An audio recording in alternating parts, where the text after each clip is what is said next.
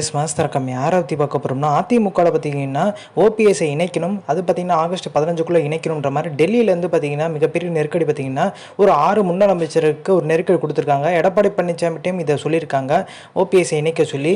அதே மாதிரி இங்கே இருக்க லோக்கலில் இருக்க முன்னாள் அமைச்சர்களும் பார்த்தீங்கன்னா வேலுமணி, தங்கமணி இவங்கெல்லாம் ஓபிஎஸ்ஐ இணைக்க சொல்லி வலியுறுத்திட்டாங்க. ஆனால் தம்பித்துறை பார்த்தீங்கன்னா இப்போ எம்பியாக இருக்கார்.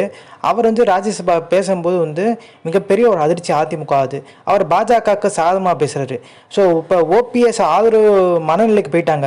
பாஜகவுக்கு இந்த அளவுக்கு சப்போர்ட் பண்ணுறாங்கன்னா அவர் ஏகப்பட்ட காலேஜ் நடத்திட்டு இருக்காரு. ஸோ அதில் தான் செக் வச்சுருவாங்கன்ற பயம், டெல்லி நெருக்கடி கொடுத்துருவாங்கன்ற பயம் பார்த்தீங்கன்னா அவருக்குள்ளேயும் இருக்குது. அதனால பார்த்தீங்கன்னா பாஜக என்ன சொல்லுதோ அதை கேட்குற மனையில் தான் இருக்காங்க. அதே மாதிரி வேலுமணி, தங்கமணி இவங்க எல்லாருமே அதே மனையில் தான் இருக்காங்க.